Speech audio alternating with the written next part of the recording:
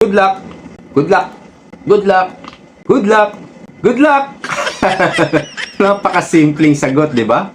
Good luck. O, yun lang, good luck. Sabay ngiti. Napakasimple. Pero sinabihan ito ni Claire Castro na irresponsableng sagot ni BP Sara. Huli na kita. Matagal na kitang napapansin eh. Yung style mo na ganyan eh. Alam ko na yung laro mo, no? Huli na kita. Ito pong si Claire Castro, ha?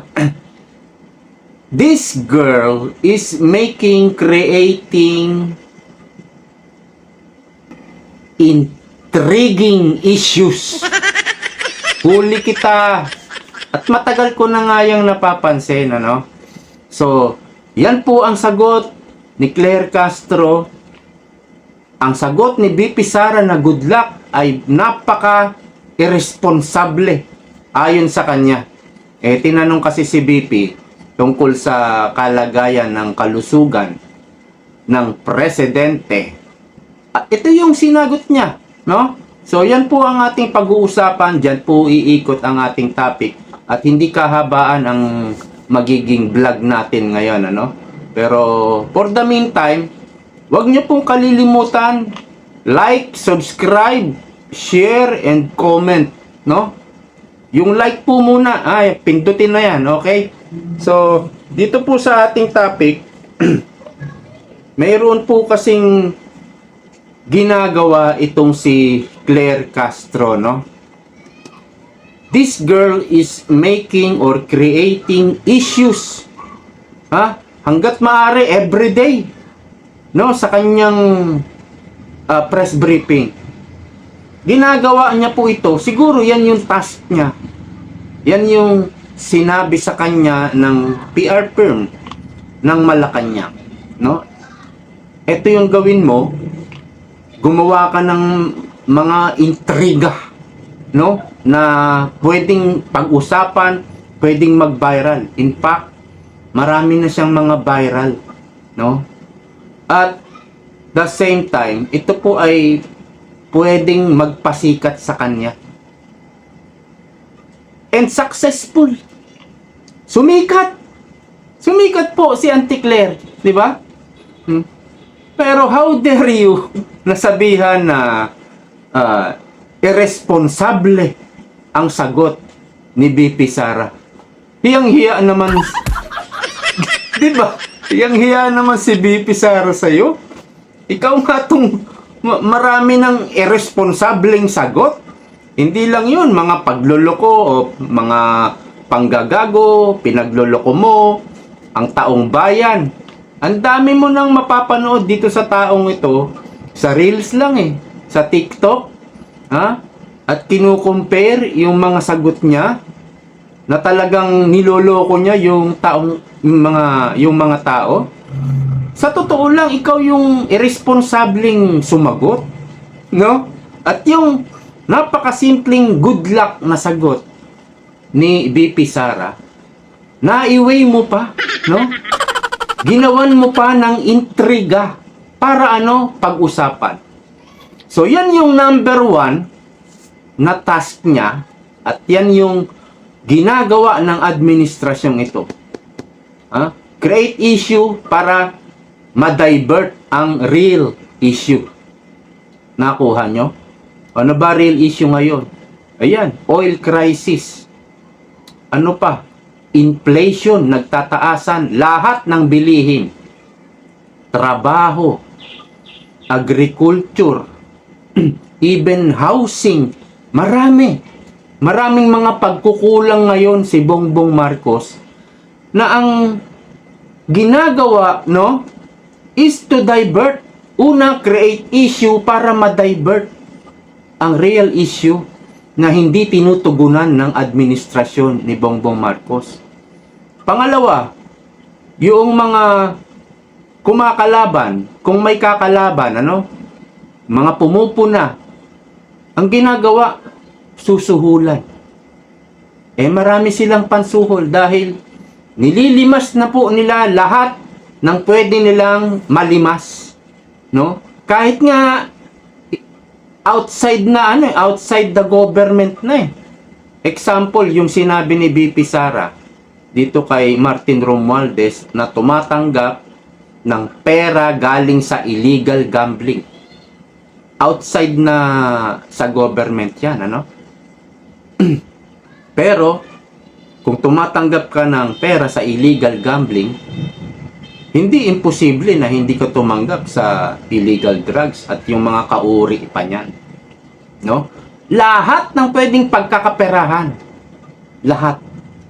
Kasi, alam ni Bongbong Marcos, babagsak ang ating ekonomiya, babagsak ang Pilipinas, maghihirap ang taong bayan.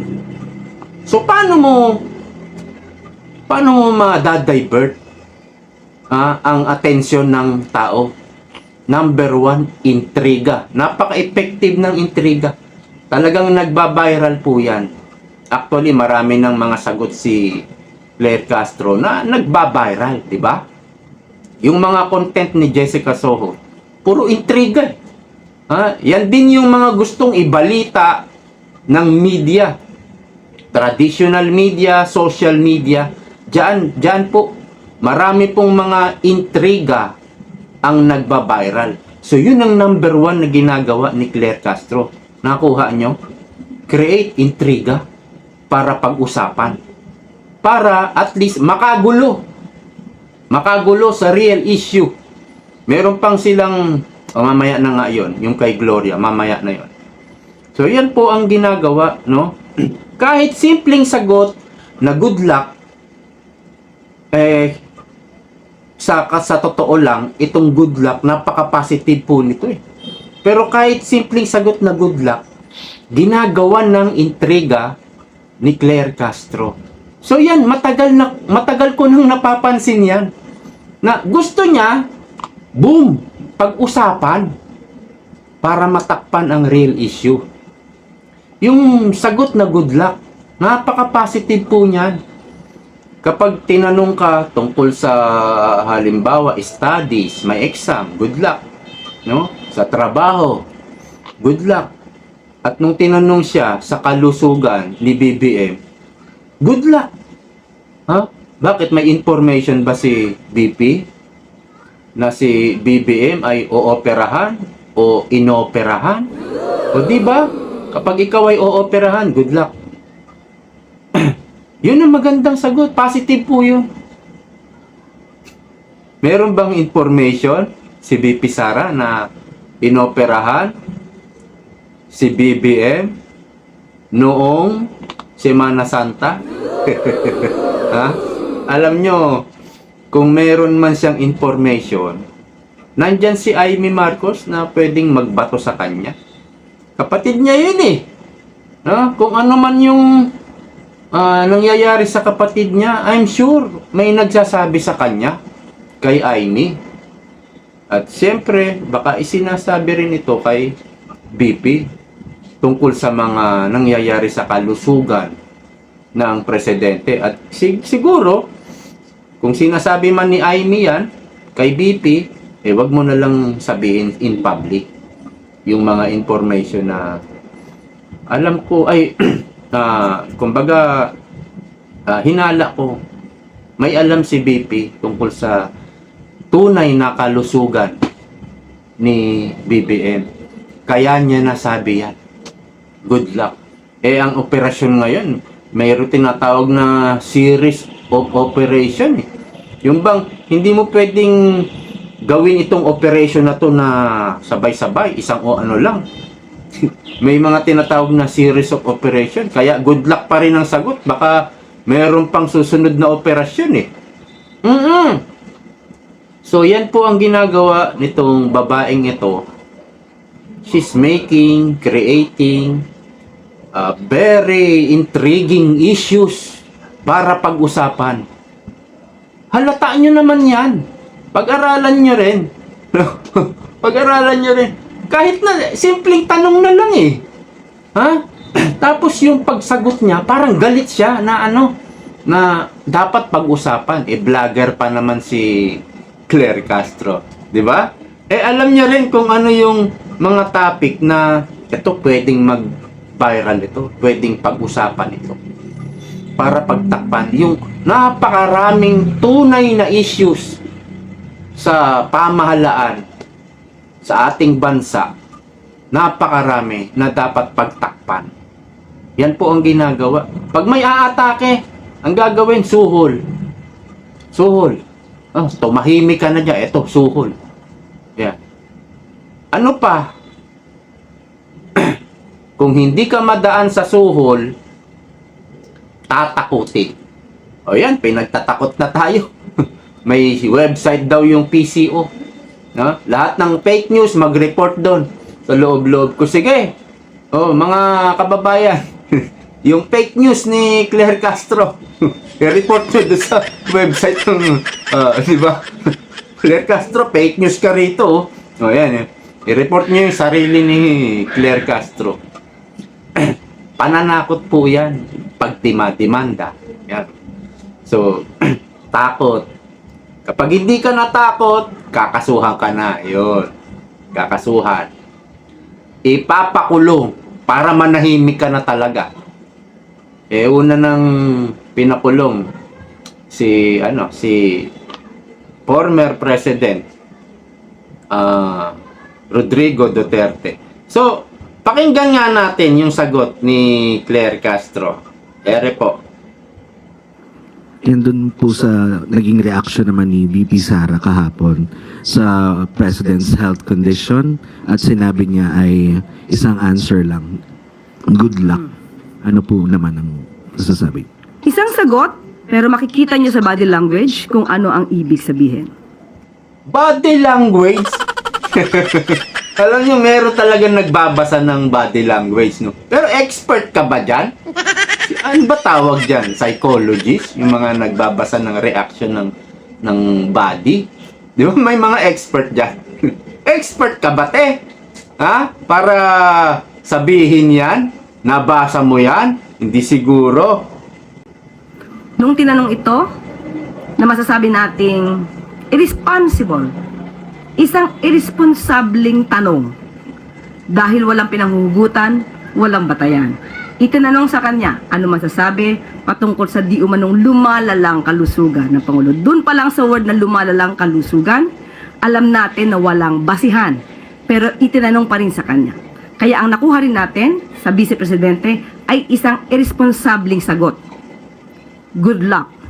With a smile. At lahat sa paligid niya ay nagtatawanan. Bilang isang Pilipino, hindi natin gawi ang mangutya, pagtawanan, ang sino mang may sakit. Hindi na si BP Sarang nagtawa doon. Ngumiti lang siya. Good luck. O, di ba? Yun lang ang sagot niya eh. Ang nagtawa siguro yung mga media, yung mga nagtanong. Pakinggan nga natin yung sagot ni BP Sara. Wait lang. Ito, ayan, sagot ni BP Sara, pakinggan nyo. Naging maikli naman ang sagot ni VP Sara kaugnay sa kumakalat na isyu sa kalusugan ni Pangulong Bongbong Marcos. Narito ang kanyang pahayag. Good luck sa kanya. Ngumiti lang eh. Ang tumawa yung reporter, di ba? Yun eh. Yun yung tumawa, yung reporter. Hindi na kasalanan ni BP Sara yon. Pero alam nyo naman, makukulit ang mga, lalo na mga DDS. Yung mga netizen, makukulit. Ito, meron pong sagot din pala itong si Auntie Claire na good luck. Ayan, basahin natin ha. Good luck daw kay BP Sara ayon kay Yusek Castro. Ito ang tanong ng GMA reporter na Ivan Mayrina. Vice President Sara Duterte has declared her intention to run for president in the 2028 election. What does the palace to say about it? Tanong ni Mayrina kay Yusek Castro. Ito naman ang sagot ni Yusek Claire Castro. Good luck. Oh, diba? Oh, ganyan din ang sagot mo eh. Ibig mo ba sabihin, irresponsableng sagot yan? Oh, di back to you. Bumalik lang sa'yo. Yung sagot mo, bumalik lang sa'yo. Ikaw alam mo, marami naman tayo, kahit tayo sa talambuhay natin. Mayroon tayong sagot na sabihan na good luck. Positive po. Pero kahit na simpleng sagot nga, kahit positive na nga yung sagot eh. 'Di ba? Ginagawan niya lang ng intriga para at least pag-usapan, makapanggulo sa tunay na issue. Ito na lang oh. Ha? Ibis na oil crisis, ayan, yung good luck na yan ng nasa report ng mga media. Yung good luck na yan. Oo, wala na. Kumbaga, konti na lang tuloy yung topic sa oil crisis. Kumbaga, nasasapawan. Hindi man masapawan 100%, ano? May nagugulo. Nagugulo po yung mga real issue na dapat tugunan ng gobyerno. So, ito nakakatulong din sa mga taliwa at taliwas, sa mga tiwali ng gobyerno o katiwalian ng gobyerno. At meron pang sinabi si BP Sara doon sa interview na yun, kay BP Sara. Kahapon yon. Eto, hindi mo na alam kung kaninong interes ba talaga ang pinoprotektahan ng ating mga kasundaluhan. Medyo masama po ang nararamdaman ni BP Sara sa ating mga kasundaluhan. Hindi ko naman masisi yung mga sundalo na nasa mababang rangko, no? Ito kasing mga opisyal, lahat po yan, no? Lahat kumikita, lahat po yan natatapalan. Kaya po ganyan. Kasi kung may isang o dalawa, tatlo na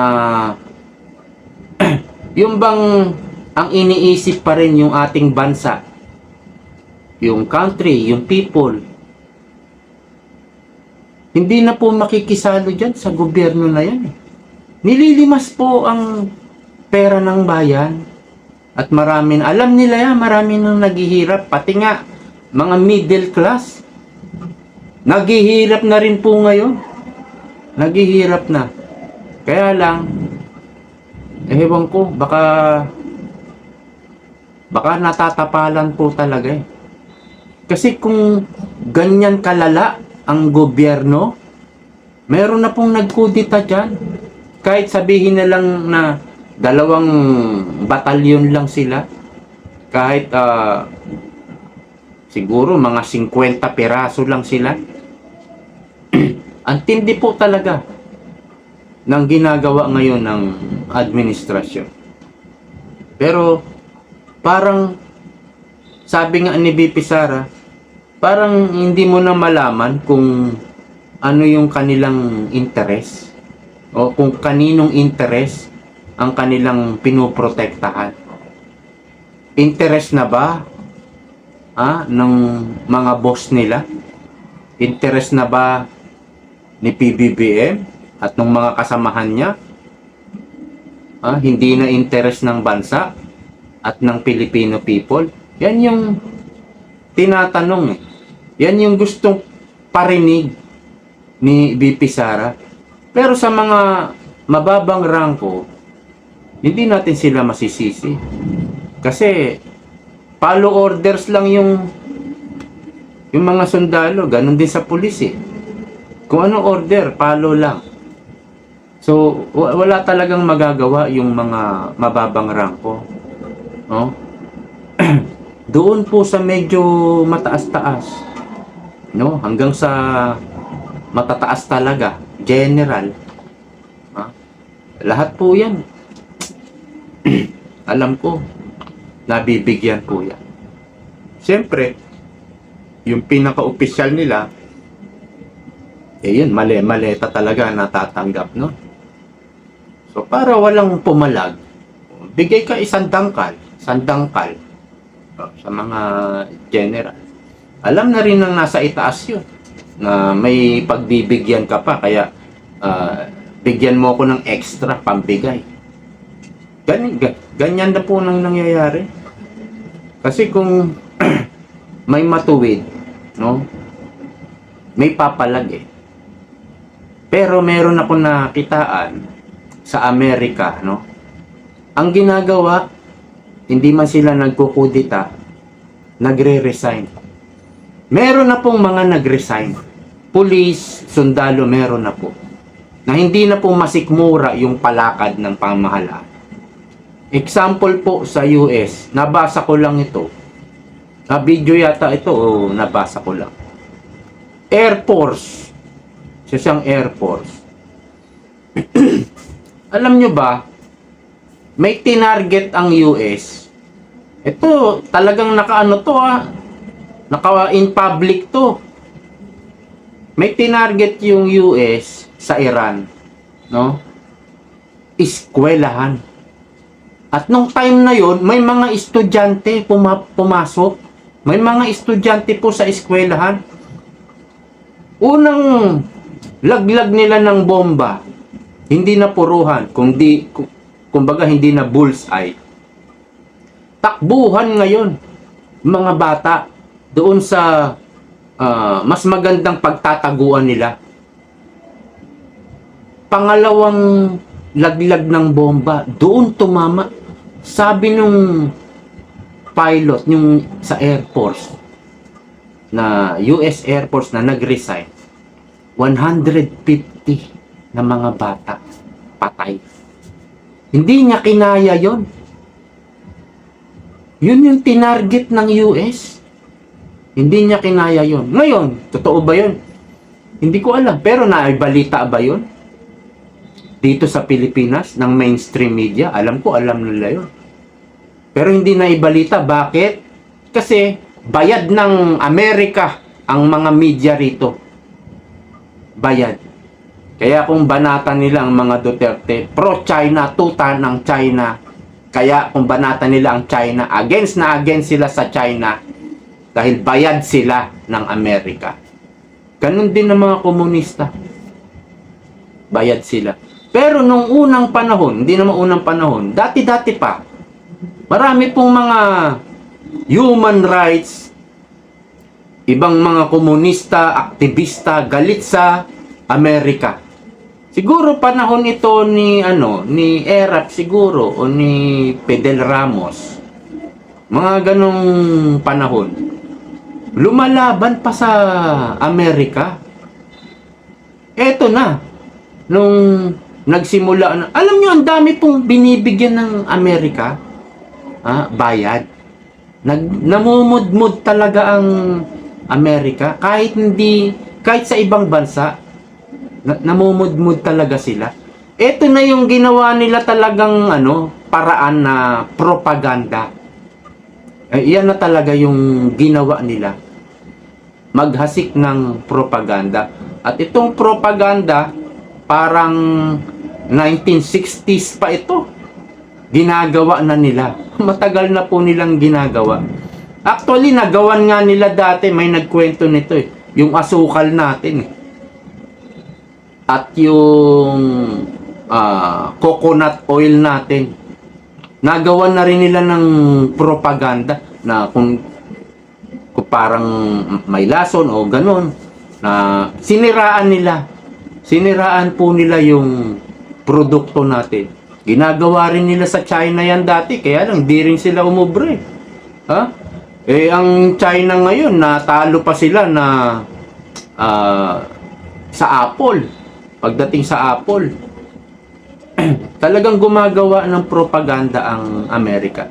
Yan na yung dati nilang ginagawa. Pero ngayon, parang talagang namumudmud sila ng pera sa iba't ibang bansa, doon sa mga media ng iba't ibang bansa. Dahil nga dito sa sa ginagawa nilang panggegera, kailangan sila yung bida, sila yung magaling, sila yung tama. Yun yung kailangang malaman ng buong mundo. Ang ginagawa nila tama. pag may ginawa silang mali, hindi ngayon inire-report. Yan po yung napanood ko, isang US Air Force pilot na nag-resign. So, dito po, sa Pilipinas, meron din tayo na balitaan na nag-resign na, hindi na nasikmura yung pamamalakad. Kaya lang, ganun lang. Hanggang ganun lang. Wala na siguro talagang gagawa ng kudita ngayon. Ewan ko, hindi natin masabi. No? Pero, nung panahon nila Cory Aquino, panahon ni sino pa ba nagkudita, panahon ni Gloria, di ba? Ayan. Ngayon yata wala na yatang may gustong gumawa nun. So yan lang siguro yung nabitawan ni BP Sarang hinaing sa ating mga kasundaluhan na parang hindi nila pinurotektahan ang ating bansa at ang mamamayang Pilipino. Yun yung mandate nila, nandun sa konstitusyon yan. Ha? 'Di ba sabi nga ni Pangulong Duterte, anong sabi niya? My mandate is to protect the country and the Filipino people. Siya yung chief of commander-in-chief ng kasunduluhan natin eh. Kaya yun yung kanyang mandate, to protect the country and the Filipino people. Wala na yan eh. Hindi na natin nakikita ngayon yan sa kasundaluhan. Kaya yan po yung nabanggit na hinaing ni BP Sara. At yan ay itinapat niya sa araw ng kagitingan. Okay, hanggang dito na lang po. Maraming salamat sa patuloy na pagsuporta. See you po next time. Bye-bye!